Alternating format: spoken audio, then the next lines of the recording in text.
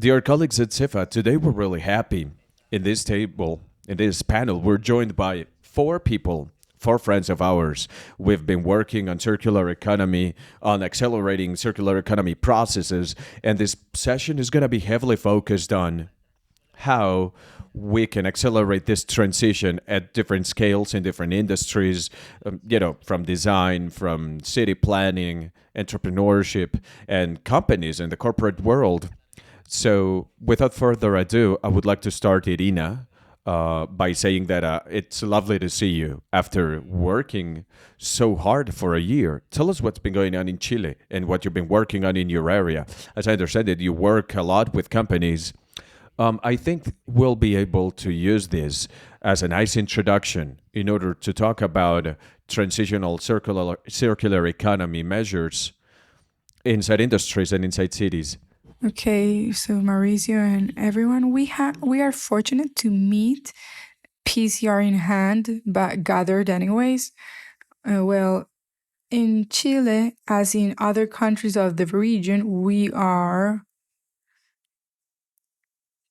Okay, again. Okay, so thank you very much, Mauricio. I am very glad to be here and to be able to meet PCR in hand, as I said before. In Chile, as in other countries of the region, we are advancing, we're moving forward on the roadmap on the way of being hypercarbonic, eating in a high caloric way, but producing in a low carbonic way. And that means we have been in a working process, and I say we because from different areas and from different sectors like NGOs and people working on sustainability today, we are interested and looking forward to the work of the Ministry of the Environment and also the roadmap, but with a look of a sustainability revival. We have experienced social crisis in Chile since October of last year that showed us the precarious conditions of our country, the social conditions, with a process also of changing the constitution on the way, and in addition to the environmental crisis and the economic crisis. So therefore, there is a lot of material to be able to begin this transition in a more inclusive way. Excellent. Now, Andrea, I know that when we discuss circular economy, one of the focal points is eco design, is redesigning everything we produce and everything we consume. But sometimes I think we need to think about it from marketing, from developing products, from the standpoint of production with specific actions. And I think you can make a great contribution towards what you've been working on from design, from the strategies, and how we can start turning this into a reality at different scales. Tell us a little bit, and again, it's fantastic to have you here. Well, thank you very much, Mauricio. Hello, Irina, Alex. Well, yeah, in fact, I've been linked to this Faculty of Arts and Design of Jorge Tadeo Lozano for about 4 years now. This faculty has been recognized for being the first faculty and university to have industrial design in Colombia. So it's a school that has a very important journey in design and in our country. So I have the opportunity to be a part of this team with this journey and to learn from them and start to engage concepts that they use from different tools, different approaches and of design, and to start choosing and locating what are those elements that can contribute to make it the means to achieve the circular economy. So we have done a rather interesting work that has been proven with companies, students who have been intervened and have been having feedback not only of the discipline design, which is like the core, but also by other disciplines to which we are in direct contact from the university, such as arts, humanities, engineering, and other faculties. We have a proposal from the academic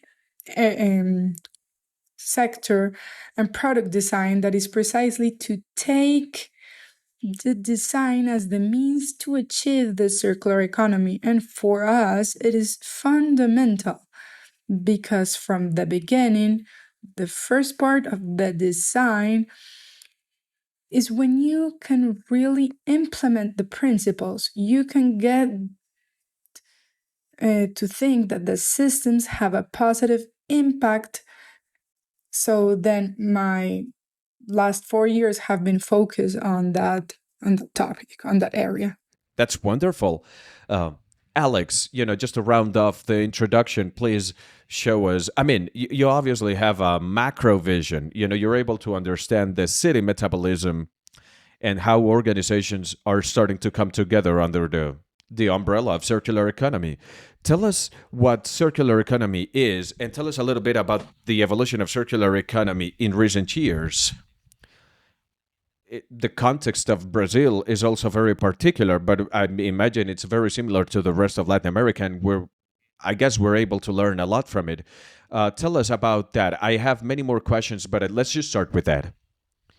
Well, Mauricio, it's my pleasure, Irina. It's great to see you here in person. It's fantastic to be here at CEFA again. It's fantastic to see CEFA persisting and growing. I guess it's really important for us to have a space where Latin American countries can come together and discuss circular economy. We have a lot of challenges ahead of us, and these challenges are very different from other challenges, being tackled in this moment by developed countries. Unlike them, we have a completely different story, a completely different background, and a completely different situation. And we have a unique contribution to circular economy from our standpoint. Now, regarding the Brazilian perspective, you'll be able to tell by my accent where I come from. We're in Brazil. We've had a presence in Brazil since 2010. We started with this idea of how circular economies can be introduced as a possible solution to several different problems. This is, I guess, a potential transition for the Brazilian economy. And, well, why not? We could maybe become an example to other countries in the region. We can see now that countries have a lot to teach other countries in the same region. There's something in Brazil that I always make it a point to bring up. This slide shows how we started in Brazil. We were there, in the Rio Mas 2020, or the Rio Plus 2020 meeting. And we achieved cradle to cradle. And back then, circular economy was just starting to be adopted by the market. At Cradle to Cradle, we started coming up with workshops for entrepreneurs at Rio Plus 20. And we realized there was room to work on larger scales. So we started talking with architects, architectural groups, architectural networks, and other Brazilian professionals, mainly architecture and engineering. And we started working with them on projects for national projects, we started working on national projects mainly around sustainability. Everything needs to be sustainable, yes, but how? So Cradle to Cradle was a very clear-cut tool to design buildings, to design product scalability. And this was, I guess, a preliminary contribution by our group. But on the other hand, I started to understand that Brazil had and still has circular economy as a solution for mass transport. We have to work on material flows, people's transportation, but scales are really huge in Brazil. So we started working on logistics. We started working with the university to try to understand the Brazilian production chains with a potential to being to becoming more circular. And also, we have to address the social component because Brazil has, I think it's has a very Brazil could be a very interesting approach for waste. The ways we work on waste, it's through directive, a vision that waste management needs to be a social aspect. It needs to be social and it needs to contribute socially. It's not just about handling the health issues in the city. It's about making it an economically feasible activity. It's about including the social components of it all. And so we started working back in 2015 on how circular chains can have an impact on Brazil and in other developing countries. So right now we have a contribution towards a fair transition to a circular economy. This is a huge project, obviously, but it's the evolution of this idea that circular economies are not inherently fair. They need to be made fair. And so as we make the transition, we have to think about how to make it fair. We have to be responsible when we engage in this transition. And another thing, transitions to circular economies need to be sustainable. We need to have circular, sustainable economies. But I mean, those two terms are interchangeable. One is implicit in the other. So currently we're working on Latin American projects, not just Brazilian projects. And we're working on having maybe a regional roadmap. For the first time, the Brazilian federal government is looking for ways to understand sectorial interconnection. They're trying to understand this idea that urban and rural components of society are actually interconnected, and circular economy is actually able to make great contributions in topics such as bioenergy, low carbon emission agricultural practice. These is very specific to Brazil because biodiversity, I mean, we have the Amazonian jungle, we have different biomes, and much like Chile has a responsibility when it comes to, mining, the Pacific coast, Mexico has other responsibilities, and Colombia has other responsibilities. I mean, we as Latin American countries need to make a contribution from the standpoint of our own individualities. And just to finish my presentation, my job is to draw frameworks and to design tools aiming at facilitating contributions. The first tool that we made available to architects was change theory for architects, because otherwise we're doing more of the same.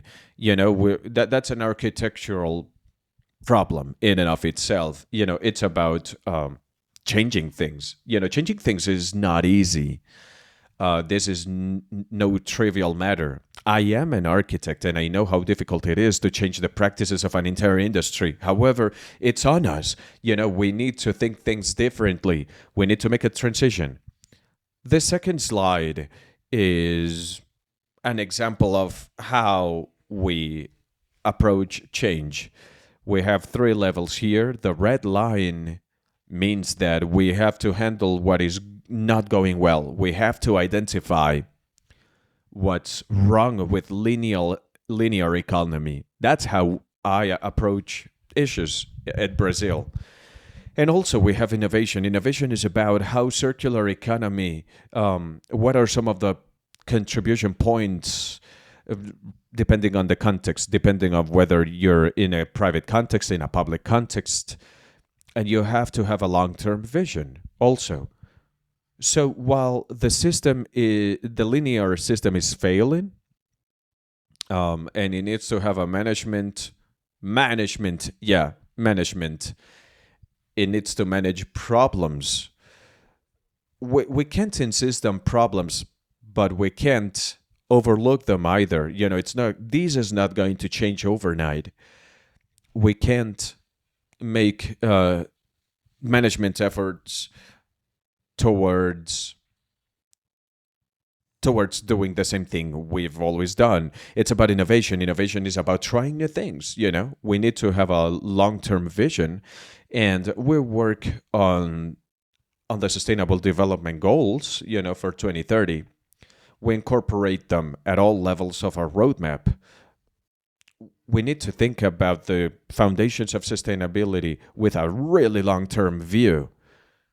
This change means that we go from circular economy towards innovation within the framework on a vision, a long-term vision, in order to make the right efforts. That's the framework that we work on. So going back to Brazil, we're there just little by little. These last year, we've grown, a lot. Circular economy works for everything, but it's important. What's important is that an idea is starting to grow, And CEFA 2017, at CEFA 2017, we were there in Medellin, and that was a huge surprise because that's when we started having conversations as countries in Latin America. We really started getting together, So I'm really curious about what this Latin American transition is going to look like. Right. And I think that's a very interesting point because almost 4 years later, or 4 CEFA editions later, a lot of things have happened. I would like to start from top to bottom, at a regional level, at a country level. Very interesting things are happening regarding international collaboration. And other initiatives are starting to become leveraged by other stakeholders, international cooperation and the European Union. They're looking to Latin America and they're really helping these processes move along. So whoever wants to begin, here's the question. What are some of the specific opportunities to your country, regardless of whether it's Chile, Brazil, Colombia?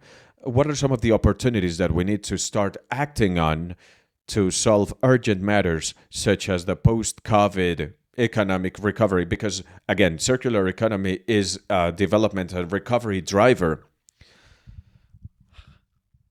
These solutions can actually be closer than we think. For example, I'm going to speak about Mexico. Mexico has a lot of international trade agreements, such as the Pacific Trade Agreement with North America and with the European Union. We already have specific plans where Mexico can actually start incorporating things such as innovation development and materials development changes in order to go into those markets. Maybe what we need is an open conversation where industry can see that the opportunities are there. The challenge is how can we make the most of these opportunities at a national level? I know that each country holds different opportunities and they can even be complementary. They complement one another. My point is, countries are starting to communicate with one another. Okay, so look, I think Europe has the advantage because it's united by a parliament and a legal framework. In America, we have to unite by will, and it's the will of doing things together and to collaborate that will make our continent advance in a fair way in this transition, and that our countries and our cities, and also from the rural area. I say cities because in the case of Chile, most people live in the city, and the metabolism of the cities affect the development and the growth and how growth occurs. Therefore, I think that here the important thing is that we already are aware that we have exploded the planetary limits and that we have to relive as we lived in the past in a circular way, nothing more circular than our grandmothers, our mothers who raised us. At least I grew up in the crisis of the 80s in my country, and here we are out on collaborating. Here you come out playing with the ball as in soccer, but in a collaborative way and as a team. So that poses very important challenges. From the outing is a leap of faith and confidence in a different industries when countries and also within different industries, and understanding that given the condition in which the planet is today, the only way to grow is respecting and safeguarding our resources from the future generations and through a low carbon transition with new energies and thinking of innovation. As Alex rightly said, the circular economy is not sustainable. A circular product may come from a company that is not circular enough, and therefore it requires a systematic way and innovation, and this is key and fundamental as well. Andrea. Well, Mauricio, I believe that Colombia right now is at a key point in a period where we are beginning to engage the different efforts that the public sector, private academia have been making. And right now we have a national strategy of circular economy. We're the first country in Latin America to have this strategy, but there's a history behind this. And suddenly I will speak to you from my own personal experience because I believe that many countries, many companies and people have approached the concept of circular economy through one of the schools of thought. So I really liked when Alex showed us the work that Brazil started doing with Cradle to Cradle.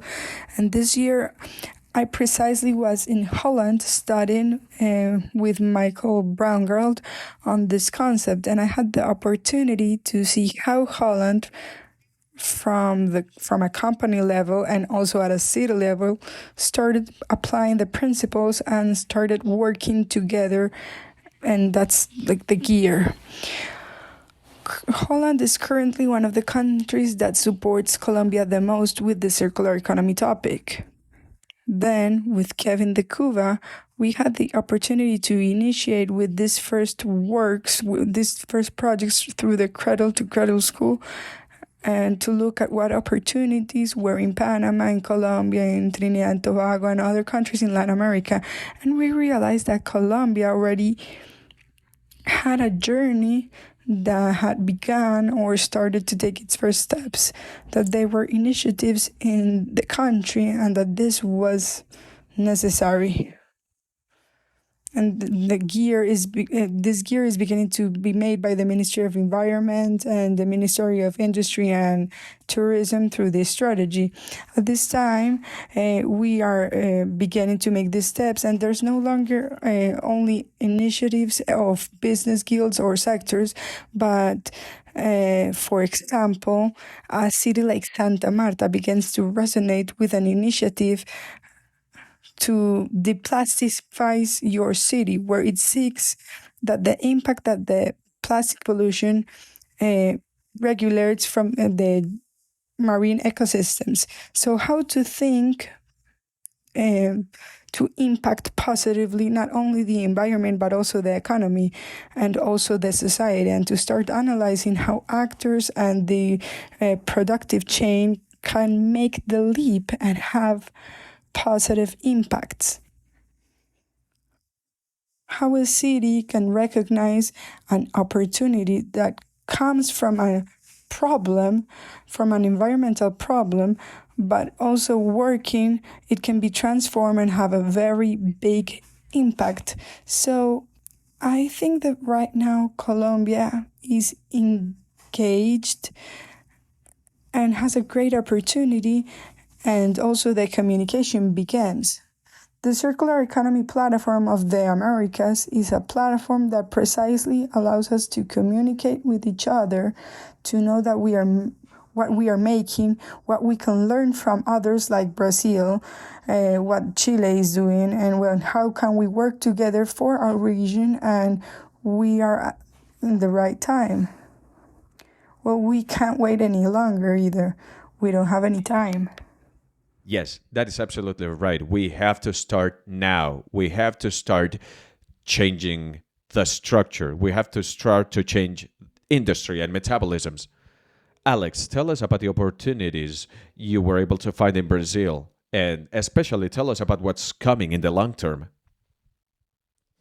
Well, circular economy has different time frames and different deadlines. Look, a circular solution, you have to think about materials, you have to think about product design, you have to think about a series of strategies, commercialization strategies, and national regulations need to be ready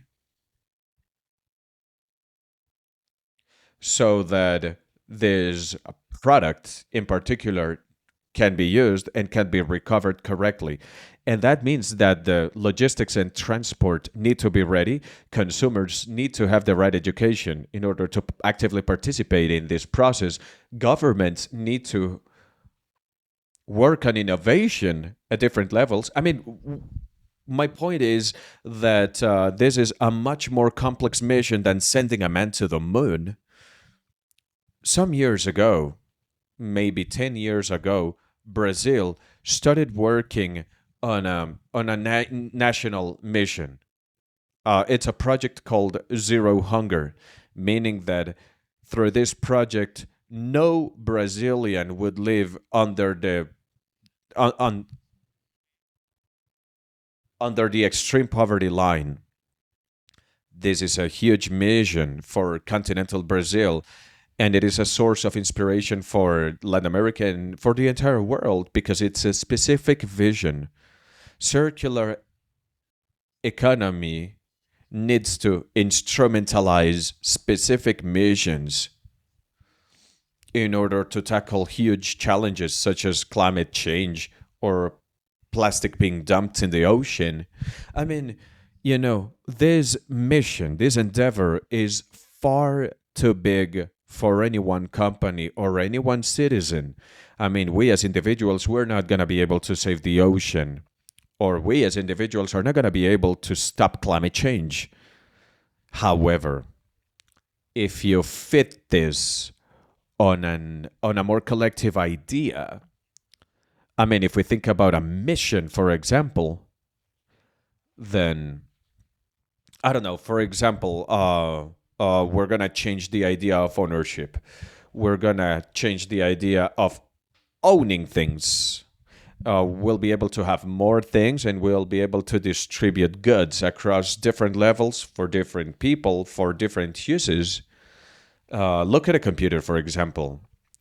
A computer has a specific task and it needs to have a specific quality, a specific, I don't know, a specific processing speed for academic research, but not for teaching children. We can actually use older computer models for the elder to engage in educational courses, for children to engage in educational courses. I mean, my point is we need to think about a mission. We need to think about using circular economy to achieve more sustainability. And then, the preliminary tool to start working on these things are roadmaps. Coming up with roadmaps was actually very difficult for Latin American countries. We looked to Europe, for example. They were coming up with their roadmaps, and we started thinking about the same thing. How do we even make a roadmap, a sustainability or circular economy roadmap? How can we even begin? Where do we begin? All of these questions are answered if you know where you want to be. It's not necessary to think about the beginning. It's necessary to think about the end, about the goal. That is really important for Latin America, at least, I think. What's the goal? How many goals do we want to score and in how long? You know that in soccer, oftentimes we're not going to score any goals. We're gonna stay here. We're gonna stay behind. Playing defense or whatever. How can we apply this on circular economy? We have the ocean, we have biodiversity. The future of the world lies in Latin America with, the enormous biodiversity that we hold. Colombia, Brazil, the Amazonian region.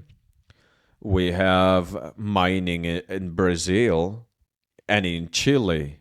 We have local industries Mexico's is a Latin American superpower for Latin America, because you guys have a presence in the Caribbean region and also you're Latin Americans. I mean, we have the blue economy. I mean, these are very strong points that seem to be pointing at a future where Latin America is able to use circular economy. Companies should try to understand how to fit into this future, because if they fail to picture this future, the next circular economy steps, because I mean, right now we still have a long way to go when it comes to circular economy. There is no circular economy standard yet, So where do we go from here? You know, that's what I think. I don't know. I have more questions than answers actually, but that's the idea, I guess. Right. You discussed innovation at different scales, and I think that's one of the big conclusions. We need to innovate. That's a given. But also, we need to train people so that they're innovation capable now. We have innovators now, we have people developing solutions now, but at least my perception is that that is not enough. What we're doing right now is not enough.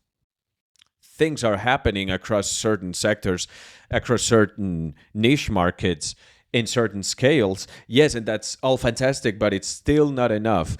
We need to curb unbridled capitalism, mitigate climate change. You guys know the drill. It's about leveraging this development while incorporating everybody. Nobody stays behind. Nobody is left behind. Through circular economy, we're able to transform the lives of millions of people who are migrating to cities. We're in this moment in Latin America, 85% of all the Latin American population live in cities. So that comes with other challenges, education, economy, job opportunities. So how can we make a real transition towards circular economy in the coming years, not decades? Because as soon as we mention decades, we know that the process is slow and we cannot afford to waste any more time on this. How can we become interconnected? How can we have cooperation funds? How can we involve banks? How can we involve other industries? We need to make these large scales. We know that we have a lot of technology that will make it easier for us to transition to a circular economy, but the only problem is that the scale is too small.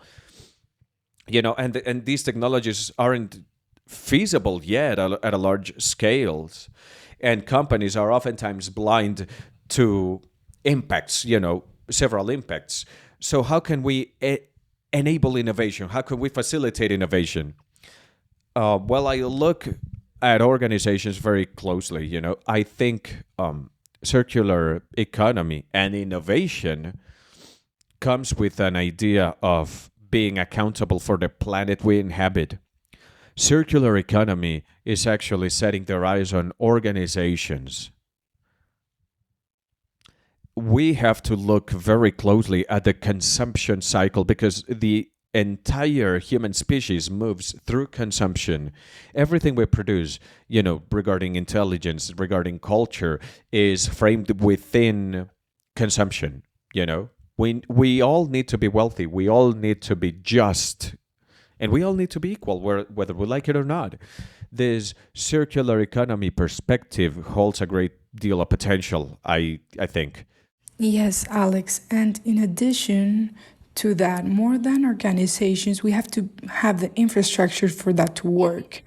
In design, it's very common for organizations to focus on the user, the consumer. So many organizations call it like user focused design. And I believe that in circular economy, we need the opposite. We need to take the approach from the user and focus on a broader framework where the whole system is recognized, where it can be said, well, the conditions are there that allow, for example, that a product that is designed with one of the strategies of the circular economy actually flows through the flow that which is designed with.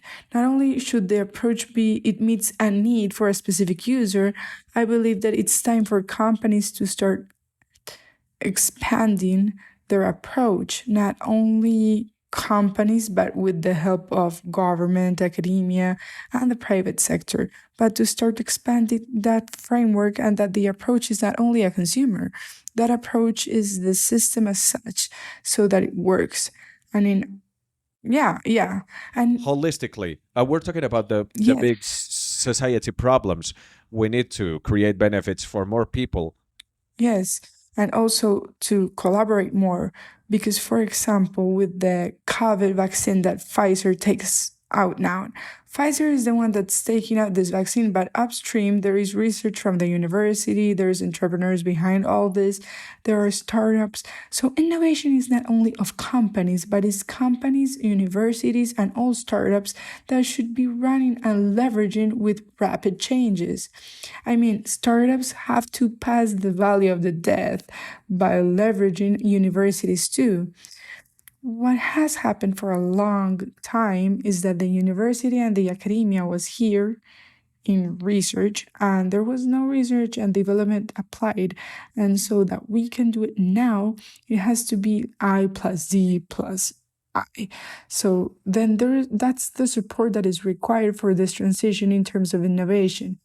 And it is one of the things that we are working on, that is being worked on in Chile through projects like Corfo. It pulled something like a line called where the technology base new inventions are made. So there's a space, and there is also a space for the development of human capital and training and skills for science, STEAM, more Latin American STEM, more women in STEM, and plus more development, based science development. Right. That's where that's a point I wanted to touch upon, because we're talking about innovation. We do have infrastructure now. We have research centers, we have startup hubs, we have universities, we have companies that have their own research and development areas. And obviously, we have very specific programs that we continue working on top of all of that. So it's about how we can get the entire system to play together. Because the way it's connected today, I mean, we have to acknowledge that it's not designed to make a transition towards a circular economy. There's no connection, exactly. And if I walk a mile in the shoes of decision makers, the CEOs, I should maybe look to startup hubs, for opportunity developments. A lot of startups have come up with answers to something that I need as a CEO of a larger operation. I think that's a repurposing of the work of other startups. We all need to come together and become connected. And if we're failing to connect those solutions with what the country needs in order to mitigate things such as climate change, etc., we don't want to just have thesis statements or patents collecting dust on some shelf. Let me just talk in idealistic terms about circular economy and about cradle to cradle also, because that's what I did in Brazil for a long time. We translated the Portuguese version of the book, actually. There's this kind of naive idea that a company by itself will be able to change their product completely and it will become circular. That's not right. No, no, no, no, no, no. We now know that we need several companies, infrastructure companies, software companies, 4.0 industry, IoT companies, material design companies, companies working with a consumer behavior change. There's a big problem, governments. For example, I'm going to give you an example. This is something that happens in Brazil. We want to contribute more products with more products so that we can bring more benefit to more people. So how does circular economy fit into all of this with the idea of products as a service, right? That's one possibility. If all products offer a service, then we can have a product offering services to more people. That's a way for more people to do their laundry. For example, there are people who don't have access to a working washing machine. from that to more serious things, such as people being able to produce their own food in urban settings. And that's it. But the government and regulations, they won't let me have all the products to be commercialized. There are no rules yet. There are no rules that are ready to be implemented or organized around the idea of circularizing products or producing food at home with compost, out of the organic waste at home, or transforming organic waste into fertilizers. I don't know what this looks like in other countries, but in Brazil, there are innovators. There are even government programs, such as Corfaye, for example. It's a government program where we contribute with funding for innovators, but not all circular economy manners can be put to practice because there are no structures, there are no mechanisms, and that's the biggest idea. We have to change everything. We have to replace everything with a circular version of it for the betterment of society for Latin America.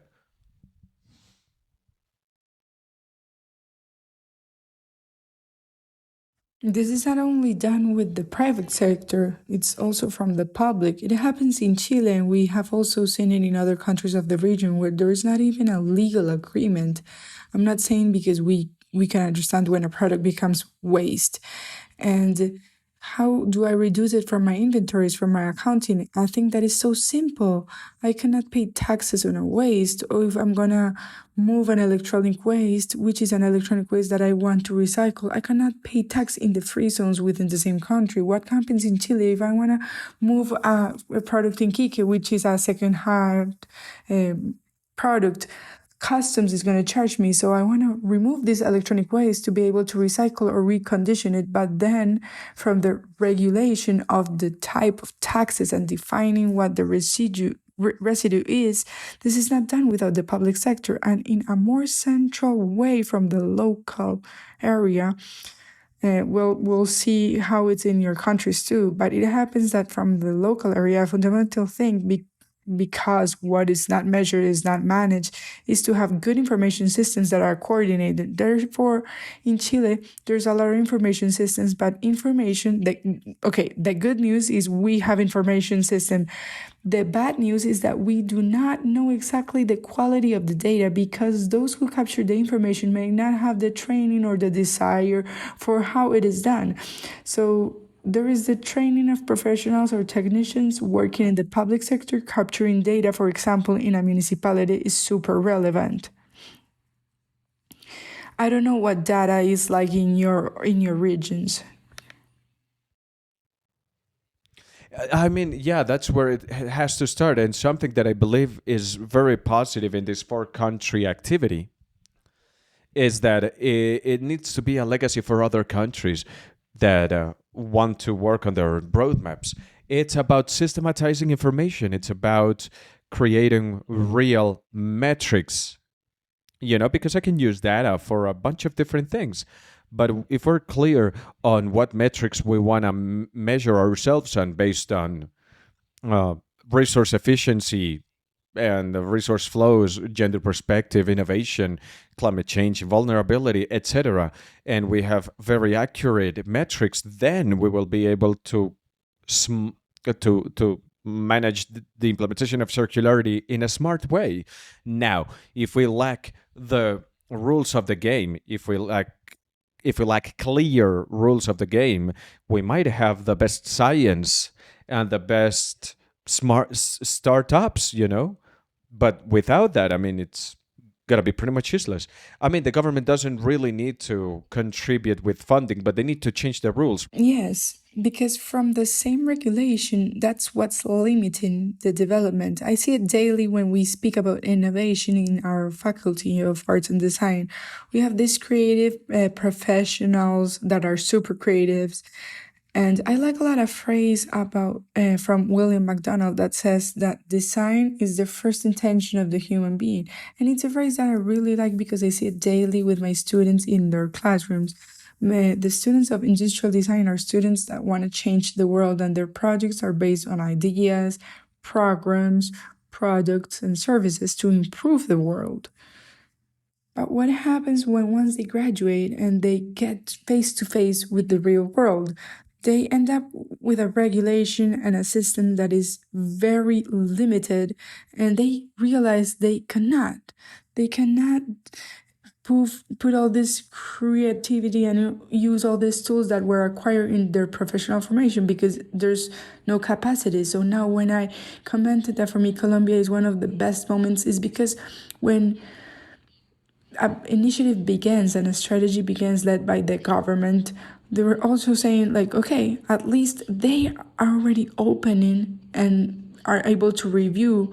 We still have a lot of things to work on because there's a lot of regulations and norms that limit and are to the contrary to the implementation, but already there's something. And yeah,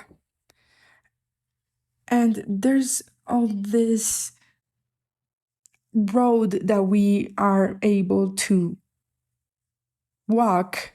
And I want to tell you that one of the focus that I am making with my colleague Aida Manrique, and we are very pleased. Okay, this is a game of lights here. This is like a code that I am not able to understand, but okay. We began to have a different circular economy model and in also strategic thinking of design. So for us in the first stage, we need to know where we are, where the companies are, where the institutions are. And for that reason, we speak in our graph of circular model in a phase that is called to diagnose in order to know what's the present state where this is possible to be known, where you can identify a point in the roadmap and to start using tools to create, to innovate. In design, we speak a lot about you don't have to be really a designer to be involved in a process of creation and innovation because we have an approach that is like co-design where people okay, okay, okay, yeah. Let's keep doing this light game. This is very innovating. It's like a festival. Then we begin to use different tools and we that design has to offer to wake up a little bit the creativity and for people to become involved and let's think about solutions. And suddenly we leave a little the normal thing that we know, but we need to begin to make things different so that works. And once we have those ideas and an action plan and a roadmap to where we want to get some prototypes, we speak of investigation through design where there's prototypes and we can see systems to know what is the idea that we want to present. And we begin to evaluate and we begin certain verifications and we implement. And we also think that there's a very important phase, which is communicating. When we begin to communicate, we give and notice what the other is doing, and we can really begin to create a system when we arrive at a phase, at a communication and socializing phase. So this is a little like the investigation, but also were able to verify the first stage with a company and to begin to see what are the gears that we have to assemble in order to implement the roadmap with some actions, with some circular specific projects. And it begins a little bit to make sense, everything that we are proposing. We also have different tools to wake up the creativity and implement the innovation. In this case, I talk about a strategy that we design of our circular model. There's 80 circular actions that describe they aim to different strategies, principles of circular economy, of how an action or an idea could be made that you didn't came up with first. So what we look for through this with this tool is to wake up the creativity and feed those crazy ideas that exist out of the normal thing that could allow the transition or help us transition towards circular economy. Right now, right now, we're in the phase of making prototypes of the cards. We were going to test them actually in a physical way, but with the COVID, we are not in favor of doing this in the physical way, but also maybe virtually because it's a game. It's a game. It's actually pretty fun. It's something that you're going to be amused with. Now, you touched on something very important. We're having this experience in Brazil that I think fits nicely with this idea. It's um, engaging professionals inside the universities because we're talking with some universities, especially, how do you say that in Spanish? The food design. Food design. It's a science, the science of food, And we talked with other professors on logistics, transportation, production. When everyone starts to understand the circular economy inside a particular idea, that's where we tell them, I mean, look, we are teaching our students, they're doing end of the year projects, on circular principles. I mean, we have to change the way we teach the tools of each profession. Design, sure, yeah, but also architecture and food. I mean, producing food, creating food, agribusiness, biomaterials, uh, the pharmaceutical industry, cosmetics based on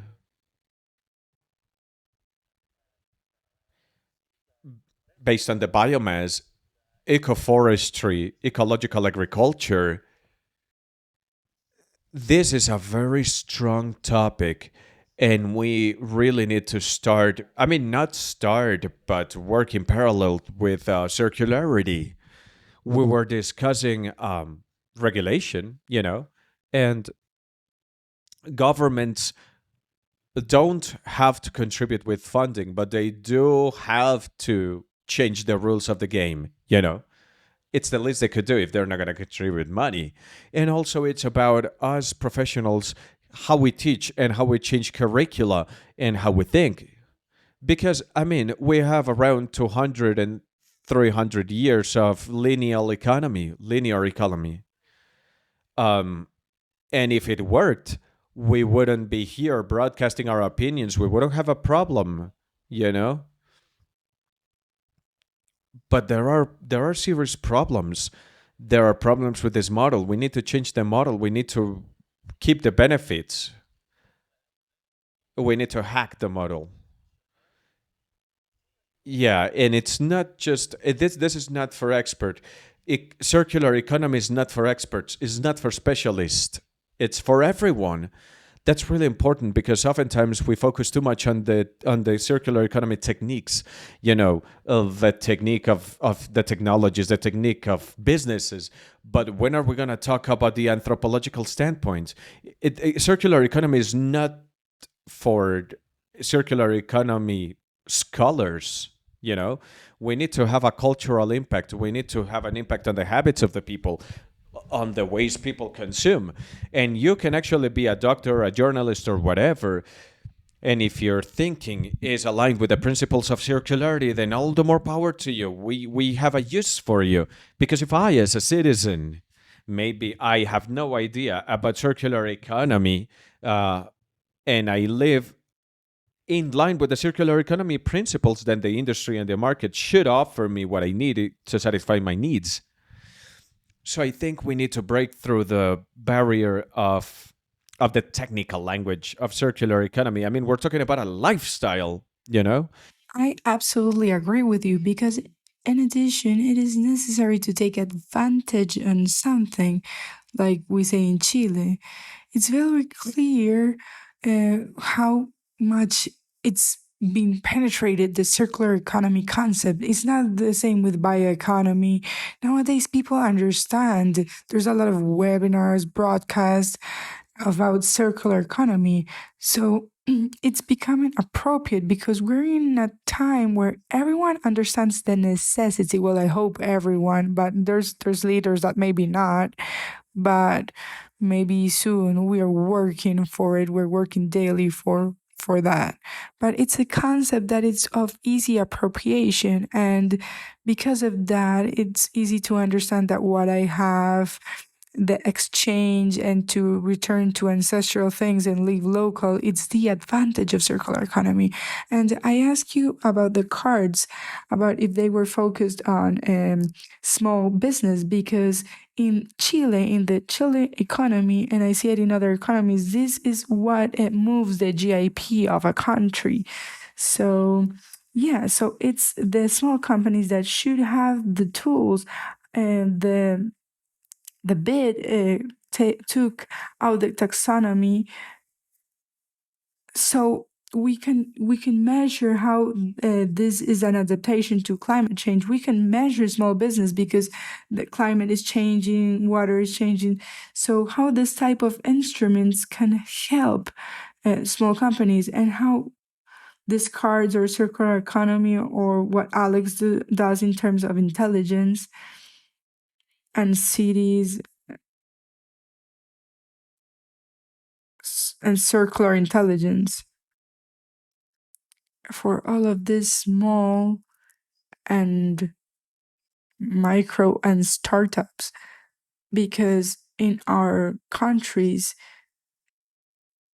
it's cheaper to throw away the plastic than to actually become in charge of it. There's no incentives, and now that the regulations are just beginning, the charges are going to begin, and there's also going to start a lot of resistance. But small companies have the economy, and so we have to take care of them. And jobs, not only economy. I mean, 70% of everyone in Chile is connected somehow to SMEs. Also, let's think about how circular economy focuses on value chains, right? We're talking about value chains that if we have a linear chain producing SMEs, SMEs fixed into big chains, into big models, then that is an economic achievement and a distribution achievement. Now, picture all of that being circular. Picture all of those materials and those products having 3 or 4 lifetimes as opposed to just one. Let's think about flows into the economy. Let's think about the positive, sustainable, responsible growth. These are principles that we don't need to analyze and reanalyze all the time. I guess we have to go through the political limits of a country. We need to think about regions. We need to think about production or manufacturing arrangements that are more inclusive because they're circular.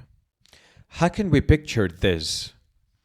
Something actually coming out of Brazil, going to Argentina, goes through Chile, and then goes back to Peru, and waste comes back in, and it comes from China once and it stays here. Now that is the reality we live with. We have to go to an island. I mean, we're in an island, we're in Aruba. And look at Aruba. Everything that comes in, any product, any material, should produce as much benefit to the island as possible, as opposed to being detrimental to the island.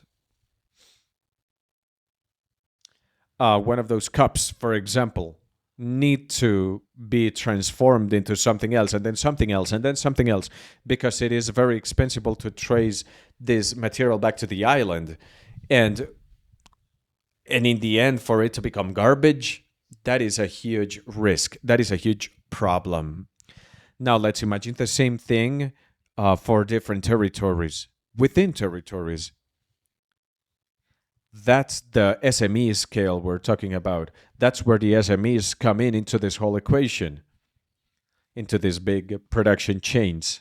Imagine SMEs moving regions, moving the development, all of it based on products and materials. That's circular economy. There's a very interesting case in Mexico that I think could be useful to sort of get more ideas and to maybe envision a better tomorrow.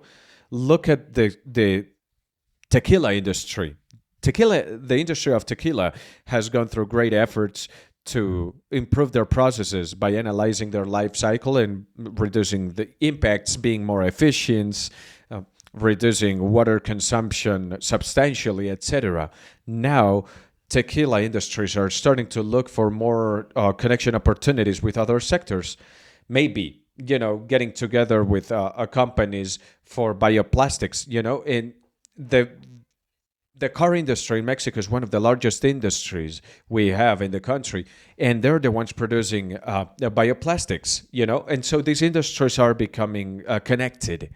It's about going from preliminary production efforts, competitive efforts, and bring them to more aggressive levels. For example, I can now develop new materials, new sectors. Again, the tequila industry is producing bioplastic for the car industry, for the automobile industry in Mexico. That's fantastic. Yeah, it was actually the other way around, and that is circular economy actually. Yeah, and that was my point, because if we look deeper into that idea, then we'll have a lot of specific mechanisms allowing for all of this to be real and to make progress. We don't know where it's going to be in 10 years. Maybe it could become transversal to other sectors. Maybe the solutions can be copied by other sectors. So, decision makers, the people who move the industry sector, SMEs, they're actually coming together and working on innovations. We have to come up with new game rules. And something we oftentimes fail to address is the fiscal aspect of it. We think of incentives, but whenever we think of incentives, we think of small scale rules. I should get an incentive for this certain action, for example. When you look at a report such as X-Tax, where the paradigm on which a fiscal policy is established, where they tell you, we're not going to do it. We're not going to do it on employers being responsible for the collection of a country at a 40 or 50%. We have to start incorporating other actions and other negative impact mitigations that you have to pay for. If I'm contaminating, if I'm polluting, if I am not managing resources efficiently, I should have to pay. And that sort of balances the scale. I don't think there are federal, municipal, or government or national administrations that are not looking to improve their tax collection. If they are able to collect more tax, they'll have more budget for more things. Maybe we should start questioning fiscal policies, because unless we have a paradigm towards circularity, our incentives are going to remain small. What do we want to change the fiscal aspect for, right? If we want to change the metabolism, the metabolism is about maintaining the system going for as long as we can with the highest quality possible. This can be translated for benefits for the government, social benefits, etc. So this metabolism, the fiscal metabolism, needs to promote a healthier metabolism, and then circular economies can be a way of doing that. We're all here talking. We're talking about sitting together with uh,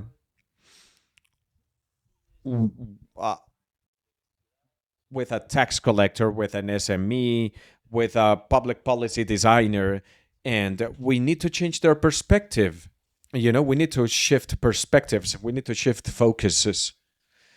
Circular economies come with consistent things. There's a willingness to change.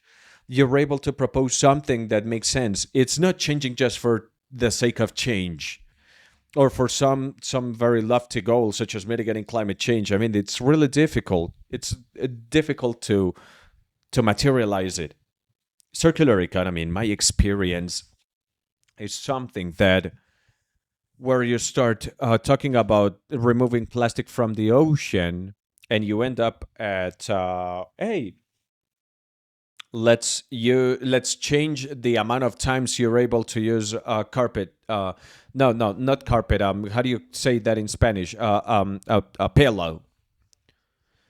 So can how can you safely use a pillow more than once? You know, and that's a very practical thing. Very specific actions. I guess changing the design of a product with a very clear goal. Yes, but it's a way for things to happen because in order for the fight against climate change can be seen as something far away, but circular economy will help you to mitigate the effects.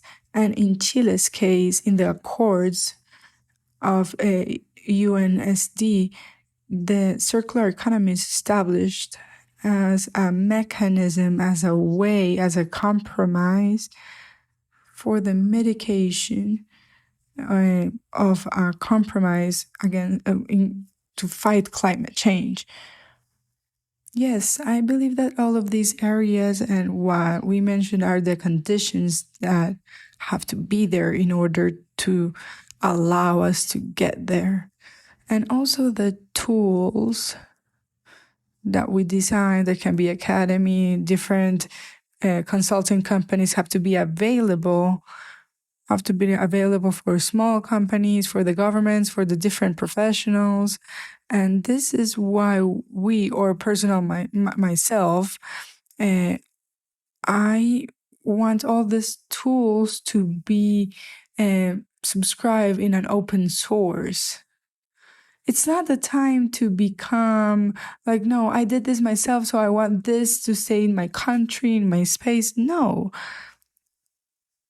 we have to prove this soon, and we have to use this soon and feed with all of these experiences and all of these proven things that we make. So These are new standards. yeah, new standards. I mean, they're cross-cutting. There are They're standards. standards that Yeah, and it's also to start sharing all this knowledge. Yeah, I'm so sorry. I'm really sorry. It's an innovation for a new product, and the way it's tossed away or reutilized, it has the potential to be the next standard. Yeah, Yes. like a point of reference, like a hallmark. We're at a very important time where your product could be the standard for the entire planet if done correctly. Yeah, yeah, it's okay. And with the intention of to become open source, so we can become collaborative. When all the flows are analyzed, we think only like, okay, we have to focus on the materials, but the products and the materials, they have an energy, and there's also a manufacturer that our region has a unique manufacturing. It gives us identity. So it's also to take into account that when a product just established as a linear system, you're not only losing materials, you're losing manufacturing that's also very rich in our countries, and also a lot of energy that was used in order to transmit this project. So all this effort is already put into producing a product. So why don't we just take care not only the material but all of the things that are behind it? So these are the tools that we're thinking from my faculty, and we are having a lot of opportunities to do combinations of several faculties that will allow us to see like, wow, this that I saw that we were analyzing organic, nutritious project that we had with one of the populations that are located in La Candelaria in Bogota. And all of this project to build and a vegetable garden, and how this empowered all of the women of this community called Belen. And now we are thinking of building a community kitchen. So these women start to become more autonomous and start to implement all this culinary tradition that they had, but also, yeah, of course, they become way more authentic. And we also start to see this recognition of all these organic, nutritious foods and that are surrounding this community kitchen, and how this is going to affect this neighborhood called Belen. And this is going to extend in like city, country, and region. And that neighborhood is one of the many neighborhoods across Latin America. So that's another lesson, circular economy can actually be used as a transformation mechanism for a specific community. We can start replicating that. Of course, we will have to adjust that to other particularities, other regions with other weathers and with other cultures. Because in the U.S., it's usually, in Latin American communities in the U.S., it's usually women who stay back looking after the household while men go to work. And so we have to be mindful of those cultural nuances. But I don't think there's a government that is not interested in creating a cultural impact, especially when that benefits voting processes and all of that. So I think it's important not to try to keep the same interests. It is useless to try to keep the same interests across the board, because people from the private sector are not going to have the same interests as people in the public sector. So each stakeholder needs to know the role and what they can do to get to that common goal. Those interests need to be aligned also, however different they may be. They have to eventually lead us to a common goal.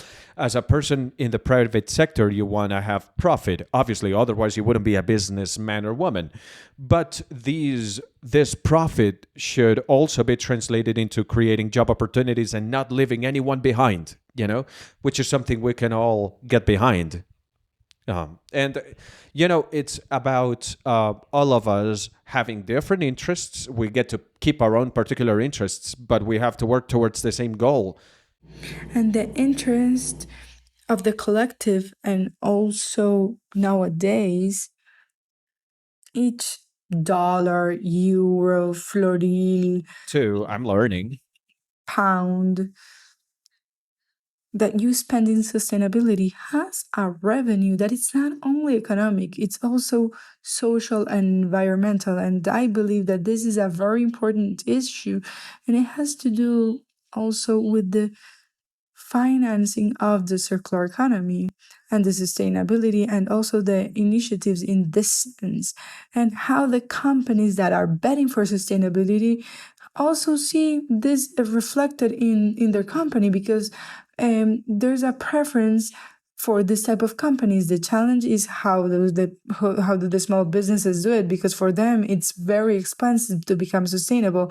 And this is where the incentives must be put in a government level, or in, I don't know, the European Union, that it's who's actually financing all this turning point to circular economy. So how is this going to benefit not only the small companies in Europe, but also the small business in Latin America? I would like to discuss the idea about how to make this transition inside organizations. We've talked about governments and cities and communities enough. Organizations are either public or private, and also NGOs, are organizations that are more similar than what we might think, and they have similar interests in this transition. Like in this graph, I see three fundamental areas. One, how to manage what's wrong. We need to identify the linear system. We have to identify the most salient problems, the ones with the biggest impact. And I'm speaking inside organizations, and we have to look into this phase out. This is wrong. This is the main thing we have to focus on inside companies, and we need to be smart enough to identify the problems and manage this wrong condition, and also set up a plan throughout time. Maybe it's a material this company is working with. Maybe it's the way they're producing this product. It's about yielding benefits for local communities. I mean, imagine the big companies have a lot of supporters that are becoming united, and they have to set the rules. That's the second aspect, which is innovation. What's the mission of innovation that you, as an organization, will establish for your collaborators, for your work teams, and for companies that provide support for you? If we think about, for example, small companies buying from big companies, I mean, this is a very complicated topic because we need to have a vision and a communication, and we have to work together. Together we're more than the sum of our parts. There are big companies that are getting to supporters going, well, you have to be circular now. But what does that mean? What does that mean? Oh, circular means basically putting your trash in other bins, or maybe using PET to make light bulbs or whatever. That's not really circular, and that's really important. Obviously, there will be other panels to discuss this, but doing something, making or creating an item with garbage, that's not circularity. And the third point is about having a macro vision about how I'm creating the next standard. Because even reading about cradle to cradle, a lot of companies that have fantastic cradle to cradle products, those products aren't really reused or properly disposed of because there aren't any standards, such as the textile industry. The textile industry have a huge problem in this regard. They really don't have they really don't know what their product is, meaning they don't know what the impact of the materials they use is. The dyes for textiles, that's a problem. So there should be a new textile standard in the future. For example, organizations should come together and establish new circular economy standards. And if they do, they will have humongous advantage going forward. We're talking about the next Kodak, the next Betamax, or you're gonna become the next VHS or whatever. But for the new ones would be Google versus Yahoo. I don't know.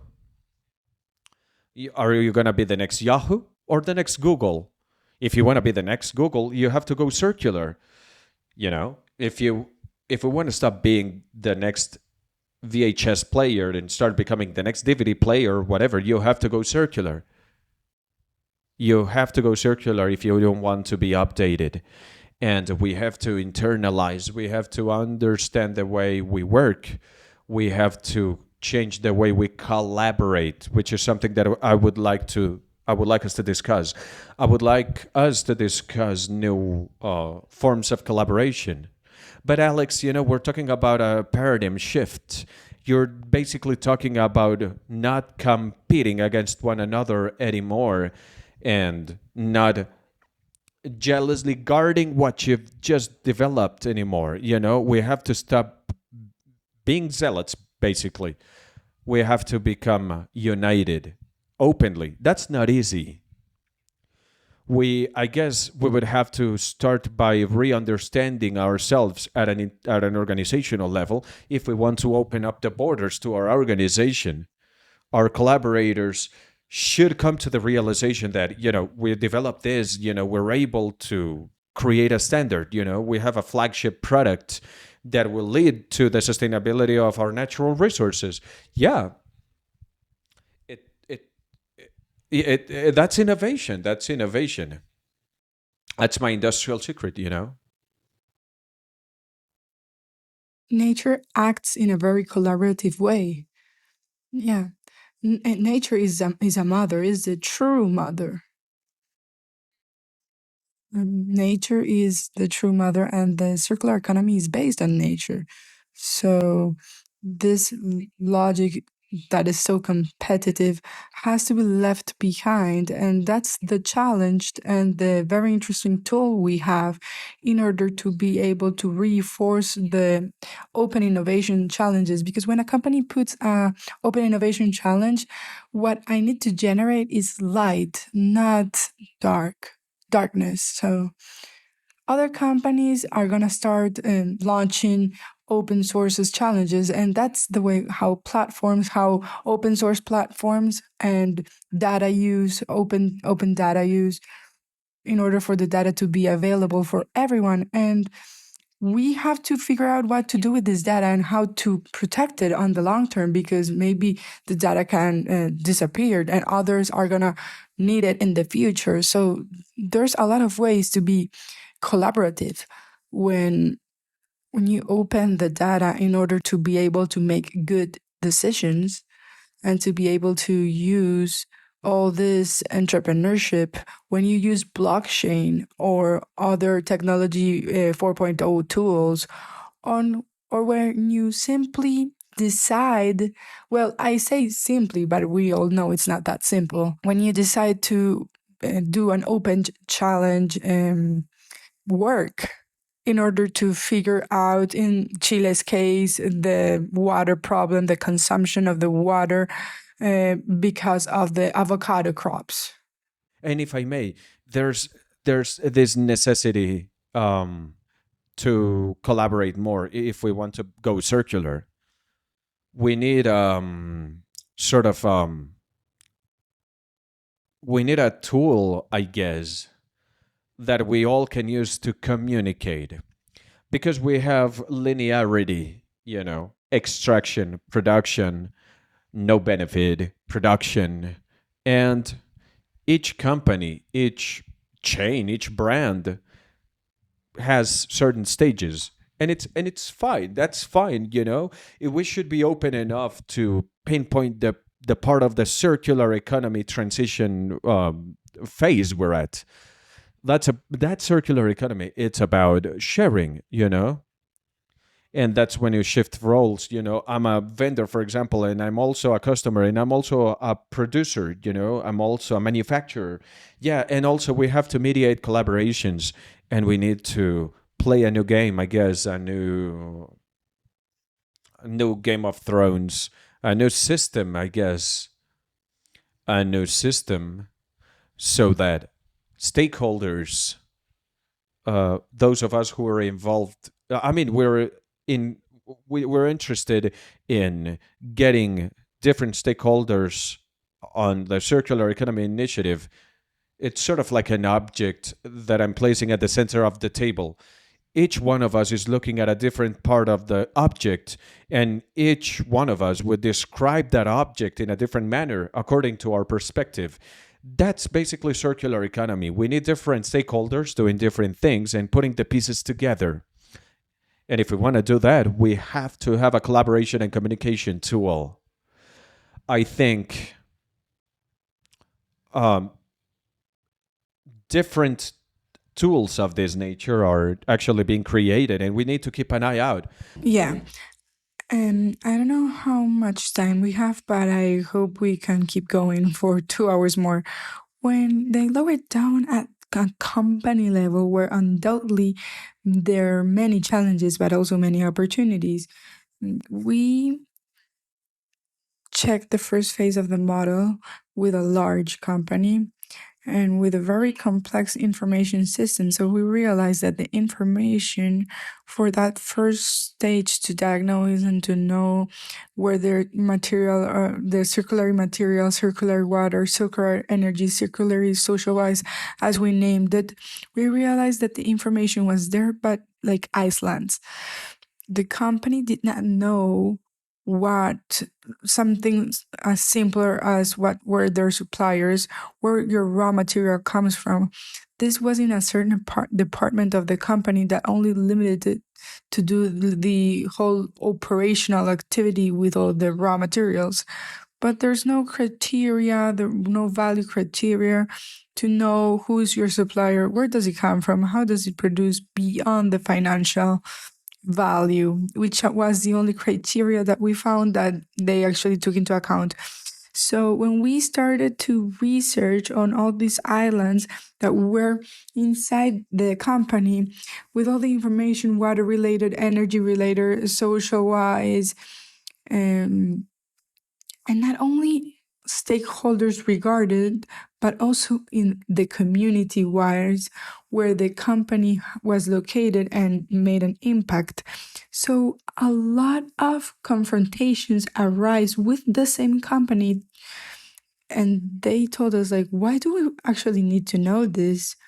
So a lot of things started to make sense, a lot of questions that we formulated at the beginning. How is the diagnosis? How is the flow of the different elements that we're analyzing? But that's why we have to talk with the community, with the employers. So yeah, they start to get to know all of this, and it goes beyond to what do I do with my waste. So the mentality starts changing and they start doing all this connection. So the change, maybe it's not there at the end where we have the problem, but also the change, we have to work on it in collaboration with our own suppliers. So this has to come change before my supplier, and we have to work together in order for this to work. But it's not to just try to do something at the end with the waste, because they did have a very long list of tons of waste. But okay, so they thought that it was just like, okay, tell us what to do with this. And no, wait a second. Before this, I have to know what product was it, what material was, and how is this applied in the company, who's your supplier, what's your manufacture process. And this is when a lot of initiatives start arising. With this particular company, they had the idea that we were going to tell them how to reuse all of these tons, because there were tons of waste. And at the end, we came up with this action plan and a roadmap that contained 46 initiatives. And these initiatives were, some of them were short term that will allow the company to say, okay, we're going to test this, we're going to do a pilot just to see if this is working. Let's start with this as it's 3-6 months, and we're going to keep on this road in order to achieve an objective. So it's not just to show them. And yeah, we do work with them at like the final objective, but we are also going to start showing results before that are going to start to motivate them. And that makes sense because everything is connected and everything changes because there's a lot of challenges, but also it's the opportunity. It was a beautiful opportunity for them to say, yeah, I probably had the wrong approach. I wanted to do something with my waste and I was going to call it circular, and I was going to tell the world, hey, I'm a company that applies circular economy principles, but they realized that wasn't true. And that wasn't the most important thing. The most important thing is to create these connections and work with all the stakeholders, with all your providers, suppliers, employers.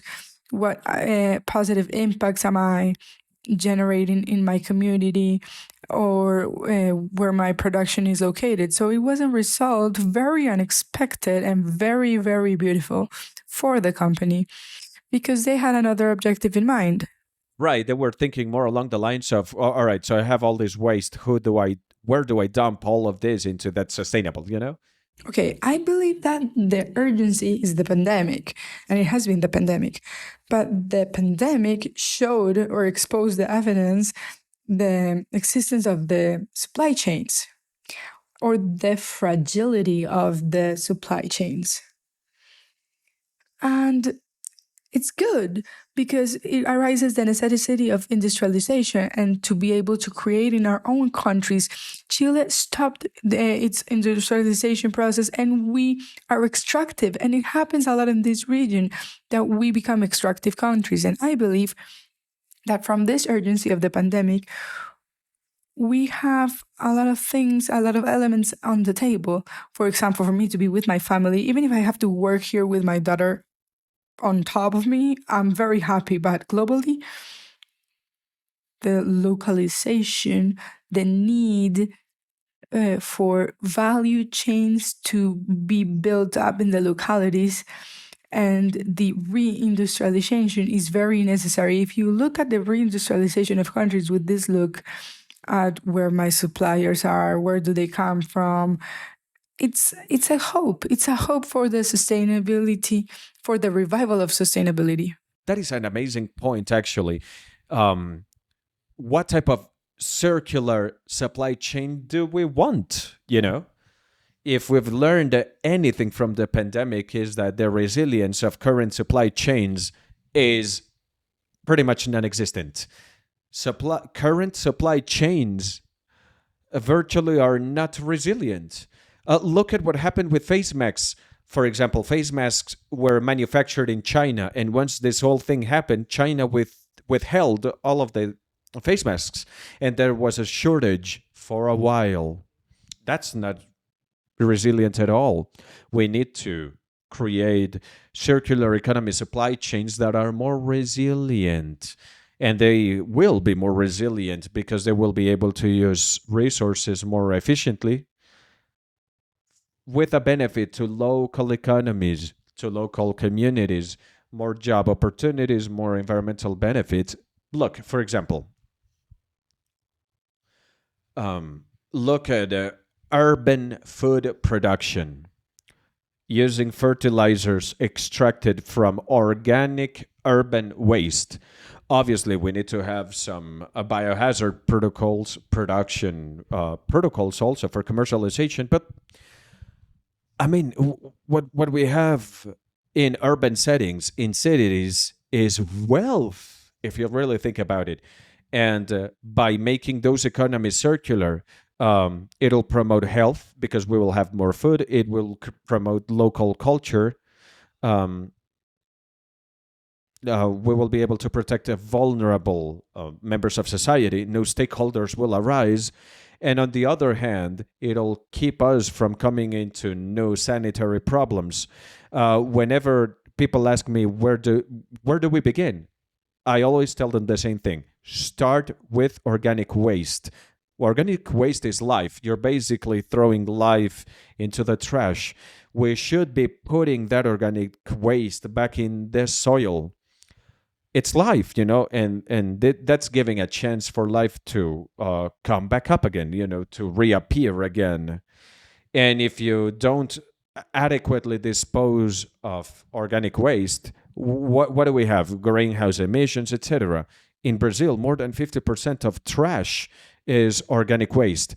Same goes for Latin America, I guess. So the big achievement of circular economy for circular economies have a biological basis. We could be the superpower of the world of tomorrow, and there's an impact on big pharma, in Latin America. It creates an impact on textile industries, biomaterials, food resilience, supply chain resilience. So I think I went a little bit far from the topic of conversation, but I think it's a balance. I guess we need to start understanding it inside organizations and inside countries. We need to think about our metabolisms. What is necessary? What is worth bringing in from afar, from a commercial standpoint? Or what can really help us on our economic activities, and what other things need to start disaggregating? What other things we need to do away with? That is why I mentioned trade agreements in the beginning.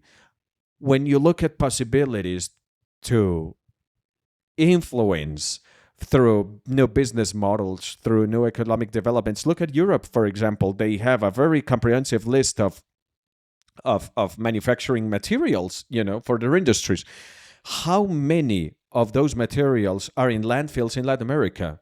Right, and we should become more independent because materials are coming from where? From here, from Chile, from Brazil. That's where raw material comes from.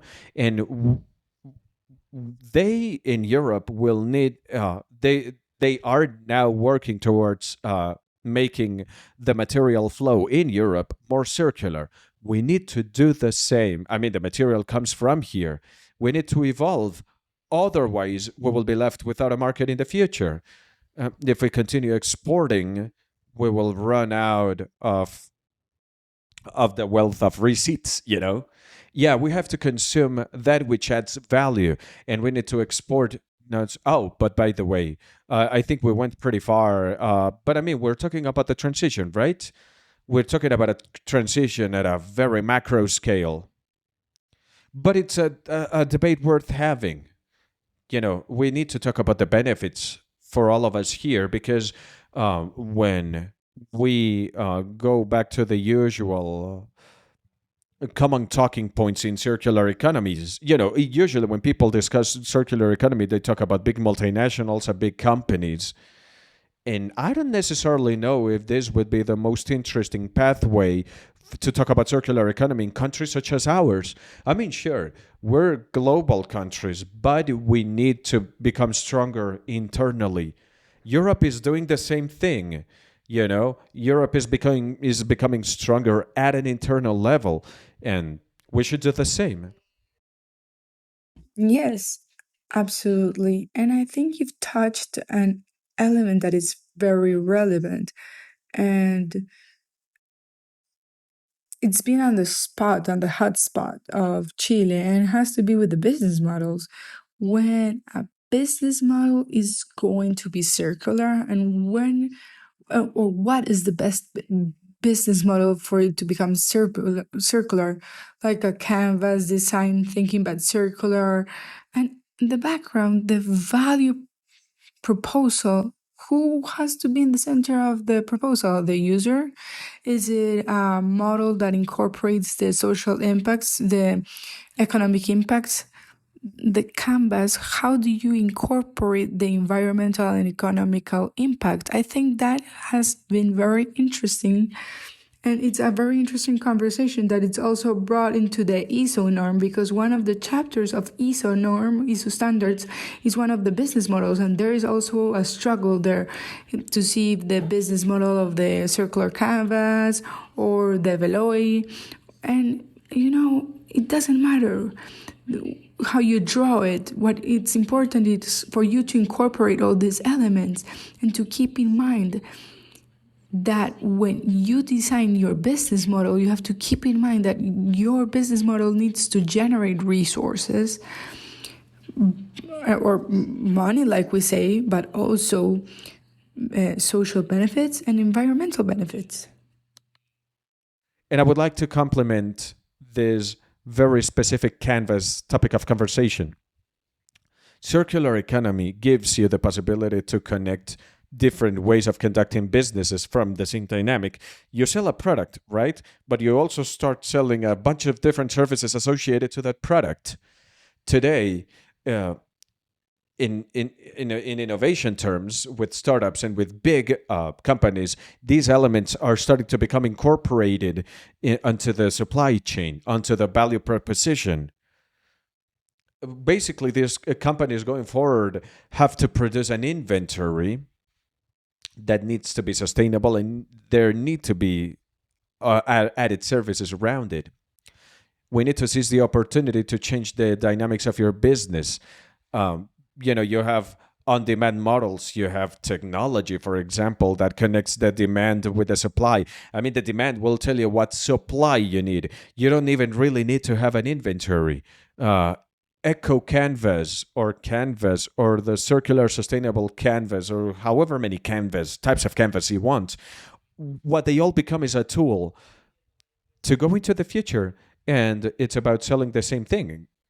several different circuits.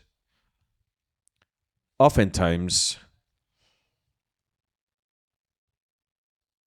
canvas might look like it's innovation for innovation's sake, and it might seem circular, but in reality the mindset of corporate people and entrepreneurs is usually a linear one. They're looking for the bottom line, they're looking for the financial benefit at the end of the day. Look at shared economy, for example.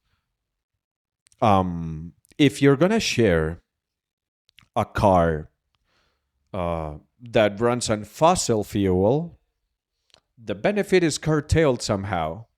In my city, for example, a very innovative company with a very innovative business model has actually deployed electric scooters all across town, and you can download an app to buy some scooter time.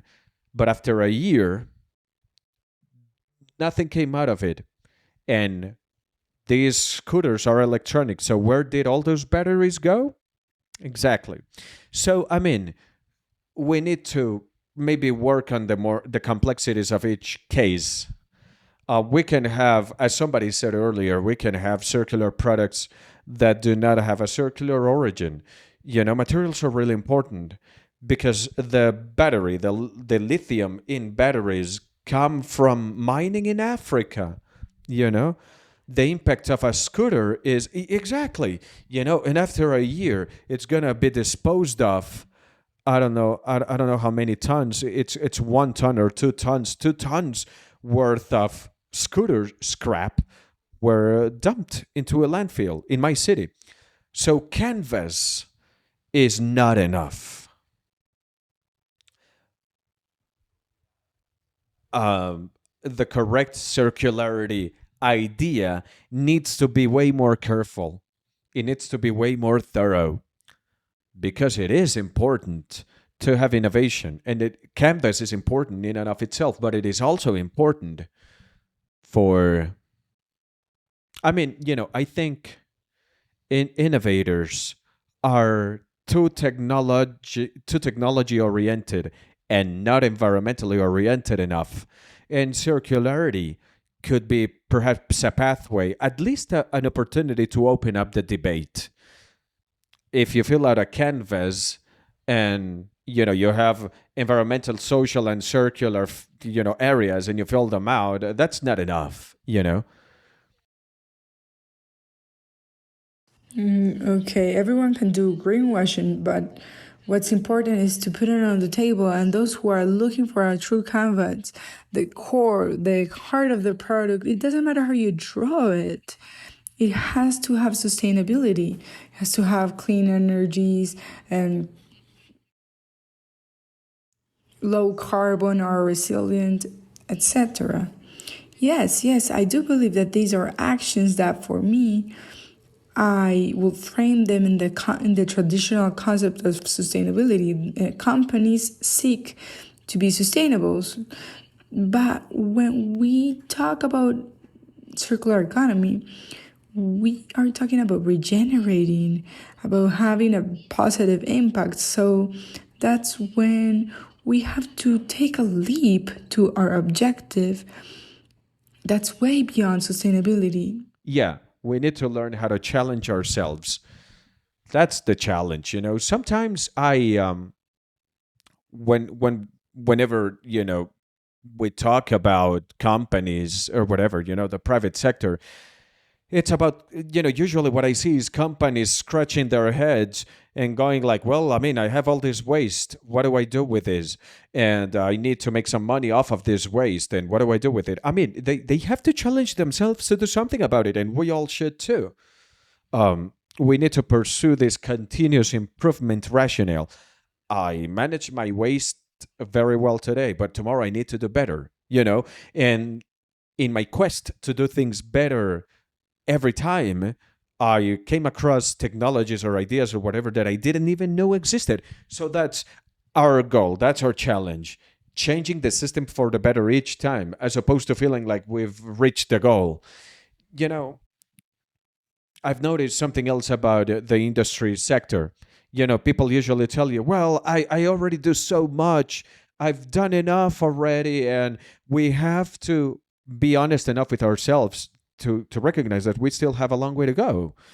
Companies are usually always improving and always changing. Companies cannot be statues. Companies cannot afford to be static, or still.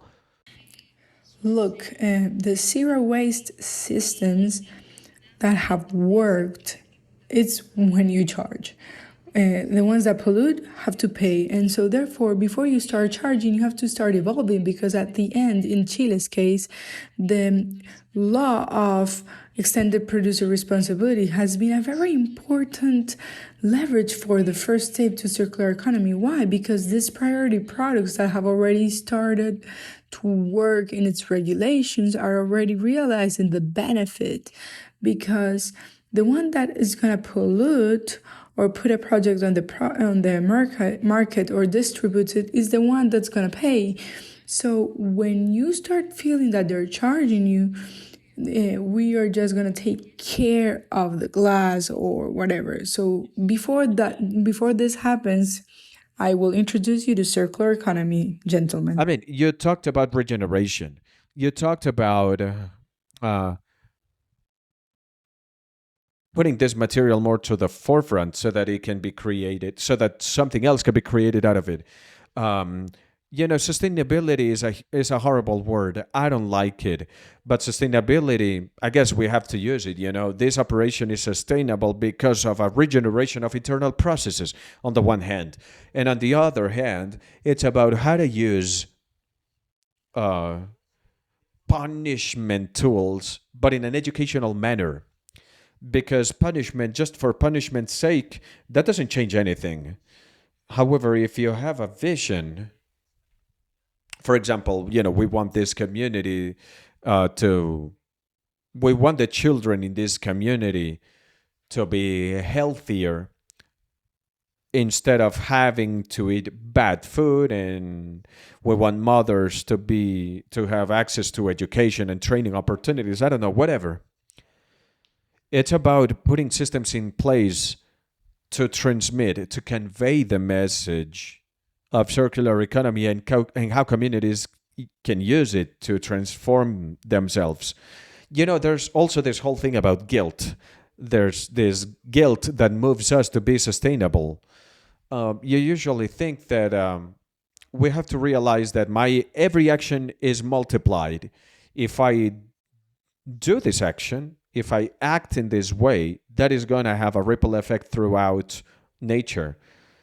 The experience with composting in my house actually transformed me, and I'm pretty sure other people are also privy to this experience. It's actually looking at the cycle of life firsthand, and learning from it. For example, a piece of trash this size per week is nothing, but multiply that across an entire community, then it's something. Yeah, and we should, I guess, convey the message across communities at large. It's education at the end of the day. Yeah, yeah. I think it's about how to turn that regeneration into part of our day-to-day lives. I can regenerate the organic waste in my house. I start adopting a lifestyle, and that brings us to the lifestyle topic again. We have to incorporate it into our lifestyle. It's not something that companies need to do. It needs to be a concern of ours on a day-to-day basis. It needs to impact the way we commute, the way we work, and also I think we need to start empowering citizens. And I don't mean citizens, people living just in cities. I mean people in rural settings and in urban settings. We need to empower them regarding making decisions. It's about us as individuals making the decision. Yeah, to wake up when I see a glass, just yeah. But in addition of these individual decisions and options that we choose in an individual way, you have to keep in mind that we can act as a collective. And when we start to make this type of connections, and so I'm a mom with 3 children, but if I join 10 other families with several children and we start to exchange the elements that our children use, then we begin to have a very high impact. So it's not just going to stay on an individual action that, yeah, that's how it starts, but also to recognize that we have the ability to make connections and to help others and start acting as not as an individual but as a collective. That is what starts to communicate and also goes way beyond just simple individual action.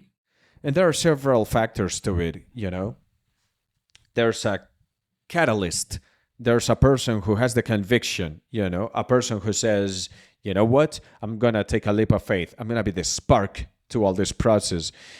And imagine if we give this person an incentive, if we give this catalyst an incentive, if this becomes a cultural thing, you know, if it becomes a culture, a new trend that everyone wants to be a part of, then that's attractive in and of itself too. And that means that we need to start working on communication. We need to make it cool. We need to make everybody want to be part of that circularity culture.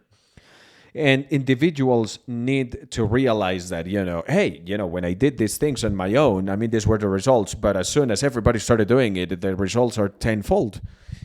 I would like to give you, I would like to make a comment that's more food for thought. You know, we all know as a human species that we're undergoing a huge transformation in this moment, whether it's because of the pandemic, which is changing the culture itself and the way we relate to one another and the way we communicate, the way we work with one another, we collaborate with more technologies. Um, you know, the face mask collaboration initiative, if you want to call it. Um, we have that on the one hand. On the other hand, we have technologies that will eventually transform the way we work. Robotization, artificial intelligences are going to come together and change the way we educate, the way we manufacture. So there are social changes. Democracies are changing, you know. They're transforming, they're becoming something else almost. But the underlying message is that a better world is possible. We all have social problems and environmental problems, tyranny problems, you know. There are tyrants out there wanting to own other people. But also we have other companies, you know, we have companies looking to protecting the planet, you know. We have companies awakening to the fact that they are creating more than just a product. We're at a very interesting point in time, and as such, it is very easy for us to make decisions in this point in time right now. Um, we as individuals need to think about what decisions I'm making, where I'm moving, what sort of opportunities I'm getting. You know, this needs to permeate our thoughts even in our decision making on a daily basis. Look at this. I work with a social NGO that has introduced circular economy into their processes because we knew, you know, they knew that circular economies were there, and it was just about connecting the dots. You know, this NGO in particular teaches companies about the principles of circular economy and how to implement them in their production processes. So, I mean, what I'm getting at is circular economy. I mean, you know, circular economy comes with huge challenges. We, as a species, have to face big challenges, but circular economy is an agent of change. It's not a ready-made solution. Circular economy is the beginning of the change. It's a it's I guess circular economy is a way to develop things or designing things that we will absolutely need going forward. So this pandemic crisis has afforded us with opportunities to make more contributions to circular economy. If everything was all well and dandy, maybe we wouldn't have the opportunity to change so much to make such a radical transition towards a higher level of society, achieving a higher level of society. That's my personal inspiration. Yes, well, in order to finalize also my inspiration, the other day I listened to someone say in a meeting, yeah, well, in a crisis, or you weep or you sell tissues. So, what side do you want to be on? So, you can look at it in different ways, but how do we reactivate after this crisis? I believe that this reactivation has to be sustainable, has to be inclusive, and that we have an opportunity to face this pandemic and to do things the right way. And we have an opportunity to stop being predators, environmental predators, and just become a part of this big planet. We are part of the planet. We are not the owners of the planet.